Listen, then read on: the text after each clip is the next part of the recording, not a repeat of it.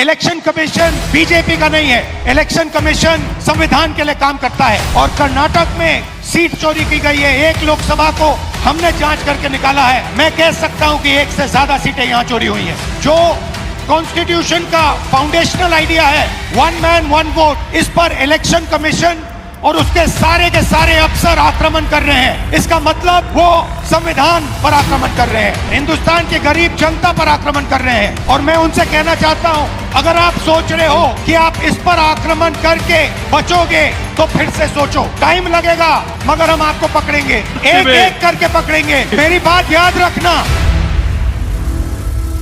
पिछले कई दिनों से राहुल गांधी जिस बम फोड़ने की बात कर रहे थे, दरअसल बम फूटा वो 7 अगस्त को, जब उन्होंने मीडिया को बुलाकर उनके सामने एक प्रेस कॉन्फ्रेंस करी। उस प्रेस कॉन्फ्रेंस के अंदर उन्होंने इलेक्शन कमीशन पर एलिगेशन लगाया है कि election commission Bharatiya Janata party यानी बीजेपी के लिए वोट मैनिपुलेशन का काम कर रहा है। और यह आरोप राहुल गांधी ने सिर्फ हवा में नहीं लगाए हैं, सिर्फ हवाबाजी नहीं कर रहे हैं, पूरे तथ्यों के साथ पूरा डेटा लेकर पूरा एनालिसिस करके ये आरोप लगाए हैं। There's 6.5 lakh voters and literally 1 lakh of those don't exist. पूरा सिस्टम उड़ा दिया है। दरअसल कांग्रेस ने इलेक्शन कमीशन से बेंगलुरु की एक सीट महादेवपुरा के निर्वाचन से रिलेटेड डॉक्यूमेंट्स मांगे, उनकी जांच की, उनका एनालिसिस किया और उस एनालिसिस के आधार पर उन्होंने इस इलेक्शन कमीशन पे आरोप लगाए हैं। राहुल गांधी ने दावा किया है कि बेंगलुरु की महादेवपुरा सीट का पिछले इलेक्शन का जो डेटा है उसके अनुसार लगभग 1 लाख से ज्यादा वोटों की धांधली की गई है। It is critical that we expose voter चोरी। इस कैंपेन का पूरा समर्थन कीजिए, please support this campaign fully. हमारे वेबसाइट पे पूरा का पूरा इंफॉर्मेशन है, डेटा है, आप इस मूवमेंट में शामिल होइए और हिंदुस्तान में जो वोटर चोरी हो रही है उसको रोकने का काम कीजिए। तब आरोप और प्रत्यारोपों की शुरुआत होती है इलेक्शन कमीशन द्वारा लाए गए SIR से। दरअसल बिहार में चुनाव होने वाले हैं और बिहार चुनाव को लेकर इलेक्शन कमीशन ने एक रिफॉर्म लाने की बात कही, SIR लाने की बात कही। SIR क्या है? एक स्पेशल इंटेंसिव रिवीजन है जिसके तहत वोटर लिस्ट में रिफॉर्म करने की बात कही गई इलेक्शन कमीशन द्वारा। आयोग का मानना था कि वोटर लिस्ट में बहुत सारे ऐसे नाम हैं जिनके पास नागरिकता का प्रमाण नहीं है लेकिन वो वोटर लिस्ट में शामिल हैं। उनको हटाने, कुछ नए नामों को जोड़ने को लेकर एक स्पेशल इंटेंसिव रिवीजन यानी कि SIR लेके आता है इलेक्शन कमीशन, जिसके तहत वो कहते हैं कि आधार और वोटर ID कार्ड नागरिकता का प्रमाण नहीं है। इसके लिए उन्होंने अलग से एक 11 सर्टिफिकेट्स का, 11 दस्तावेजों का एक लिस्ट जारी किया इलेक्शन कमीशन ने।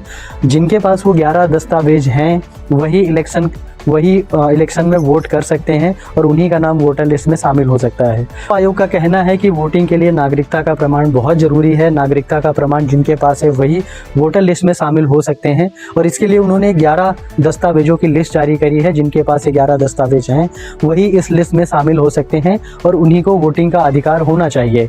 वो 11 दस्तावेज हैं: जन्म प्रमाण पत्र, school leaving certificate, matriculation certificate, passport, किसी PSU में एम्प्लॉय ID, गवर्नमेंट सर्टिफिकेट, कोई भी government certificate, ration card certificate, service certificate, domicile certificate, caste certificate और इनकम सर्टिफिकेट।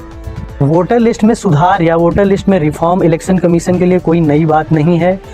इलेक्शन कमीशन हर साल ASR यानी कि एनुअल समरी रिवीजन करता रहता है, जिसके तहत हर साल नए वोटर्स को जोड़ना, ऐसे वोटर्स जिनकी मृत्यु हो गई है उन्हें हटाना, ये सब चलता रहता है। इसके अलावा SSR भी होता है जो हर 5 साल पर होता है, यानी कि हर इलेक्शन से पहले एक स्पेशल समरी रिवीजन होता है जिसके तहत नए वोटर्स को जोड़ना या ऐसे वोटर्स जिनकी डेथ हो गई है उनको हटाना, ये होता रहता है।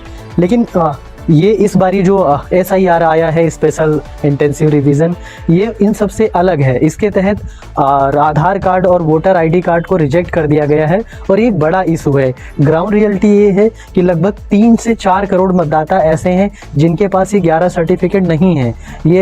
और ये ऐसे लोग हैं जो गरीब और पिछड़े तबके से संबंध रखते हैं।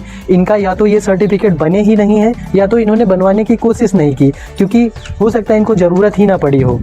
इन्हीं 3 से 4 करोड़ वोटर को लेकर कांग्रेस व अधिकतर विपक्षी दल SIR के खिलाफ थे।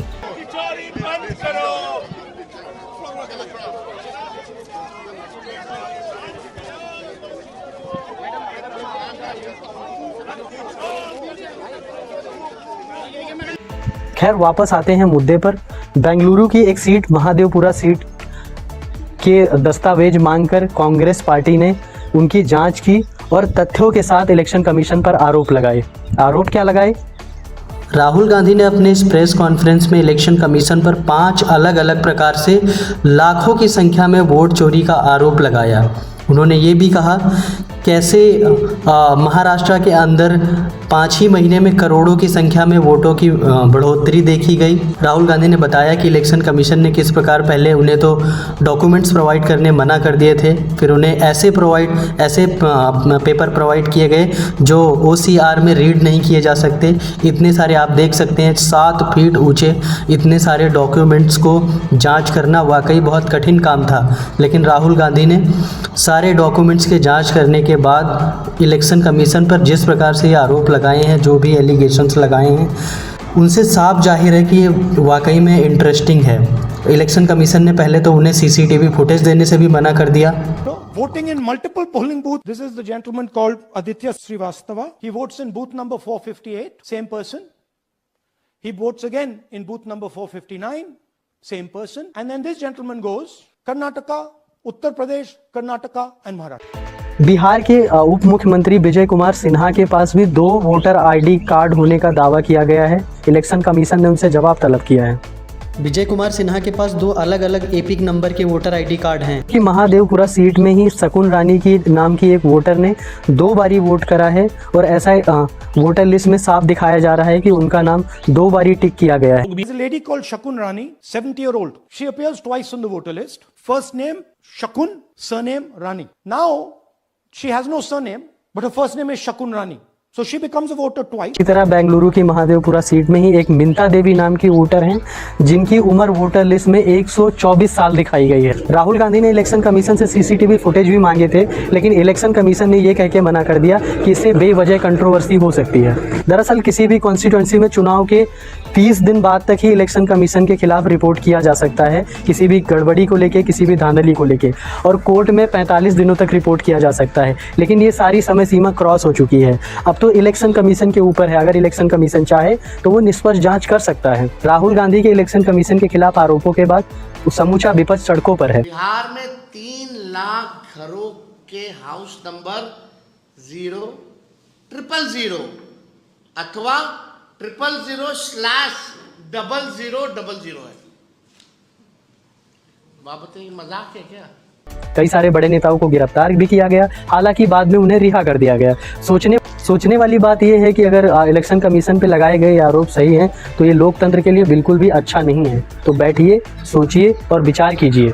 इसी कह रहा है कि हम फ्री एंड फेयर इलेक्शन करा रहे हैं और उनके डेटा में एक असेंबली में 1 lakh fake voters, fake addresses, duplicate, form 6, अलग अलग तरीके। तो हम इलेक्शन कमीशन से नहीं कह रहे हैं, हम हिंदुस्तान के युवाओं से कह रहे हैं, हिंदुस्तान की जनता से कह रहे हैं, ये आपका भविष्य है, गरीबों का भविष्य है। ये आपके आंख के सामने पूरा का पूरा सिस्टम चोरी किया जा रहा है।